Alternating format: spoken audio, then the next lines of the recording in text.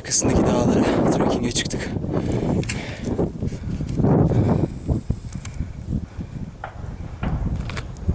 Dankargompa 4000 metre civarında. Vadi, dağlar. Ve şimdi bizim çıkmak istediğimiz yeri göstereceğim. Şöyle.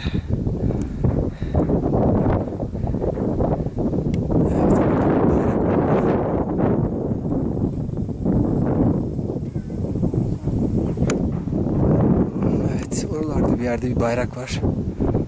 Budist bayrakları, oraya gidiyoruz. Gerçekten zorlu.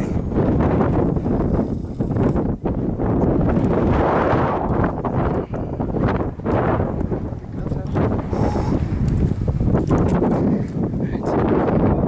Arkadaşlarım. Geldiğimiz maç. Cello. Cello. Cello.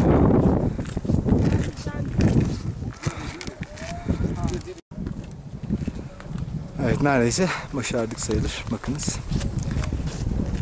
Bayraklar. Tepe noktamız.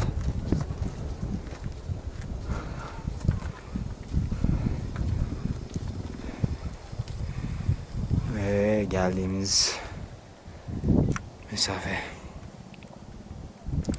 Yaklaşık 1000 metre tırmanmışızdır. Gompa'dan buraya.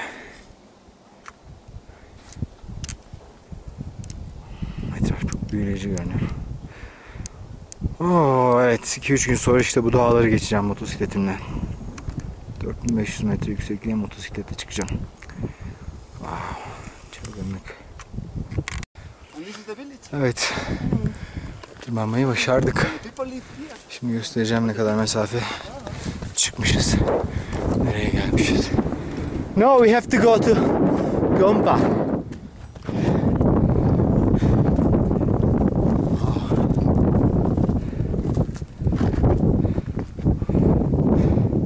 It's so cold.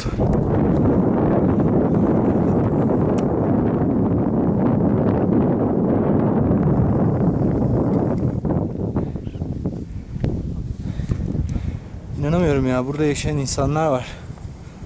Oh, neredeyse 5000 metredeyiz. Oh.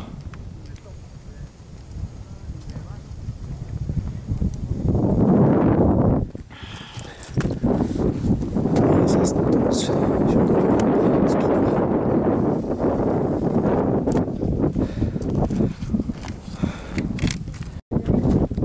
Evet, hedefimize ulaştık.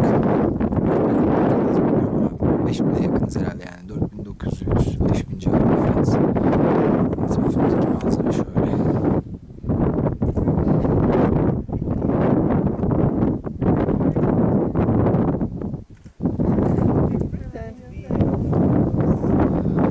Spiti Vadisi'nin bütün dağ manzarasını görüyorum diyebilirim şu an.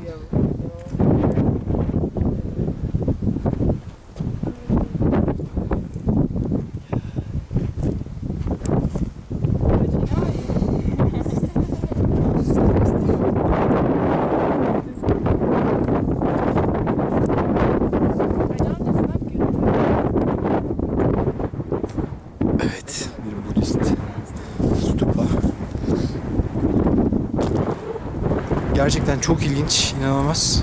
Bu yükseklikte yaşayan insanlar var. Tek tük de olsa. Bakınız. Nasıl başarıyorlar bilmiyorum tabii. Burada yaşamayı.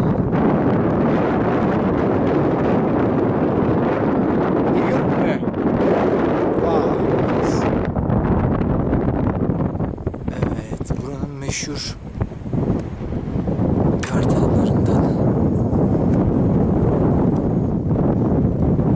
but impossible to make zoom and clean. Evet, Spiti Vadisi. Bakınız, küçük bir köy ileride.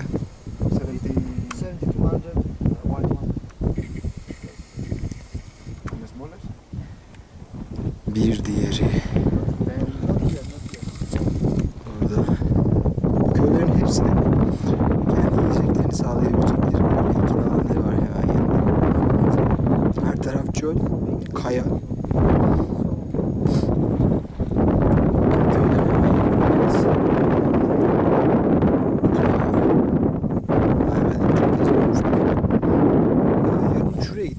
Çok güzel bir görüntü yakaladım.